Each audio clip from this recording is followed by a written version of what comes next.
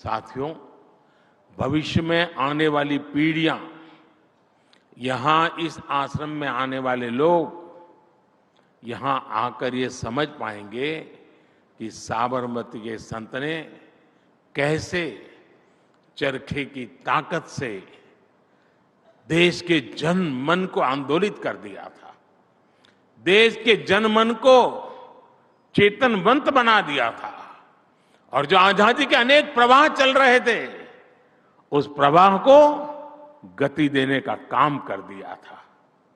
सदियों की गुलामी के कारण जो देश हताशा का शिकार हो रहा था, उसमें बापू ने जन आंदोलन खड़ा करके एक नई आशा भरी थी, नया विश्वास भरा था। आज भी उनका विजन हमारे देश को उज्जवल भविष्य के लिए एक स्पष्ट दिशा दिखाता है। बापू ने ग्राम स्वराज और आत्मनिर्भर भारत का सपना देखा था। अब आप देखिए, हम वोकल फॉर लोकल की चर्चा करते हैं।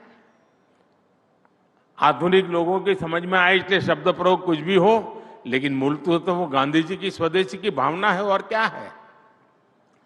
आत्मनिर्भर भारत की महात्मा गांधी जी की जो संकल्पना थी वही तो है उसमें। आज मुझे अभी हमारे आचार्य जी बता रहे थे, क्योंकि वे प्राकृतिक खेती के लिए मिशन लेकर के काम कर रहे हैं।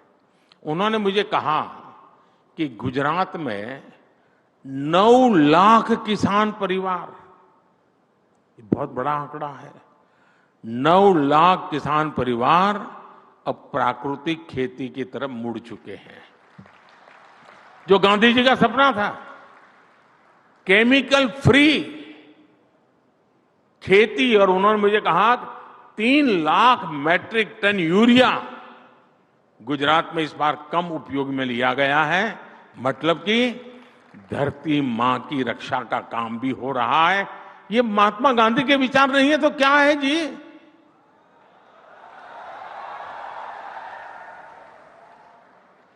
और आचार्य जी के मार्गदर्शन में गुजरात विद्यापीठ में भी एक नई जान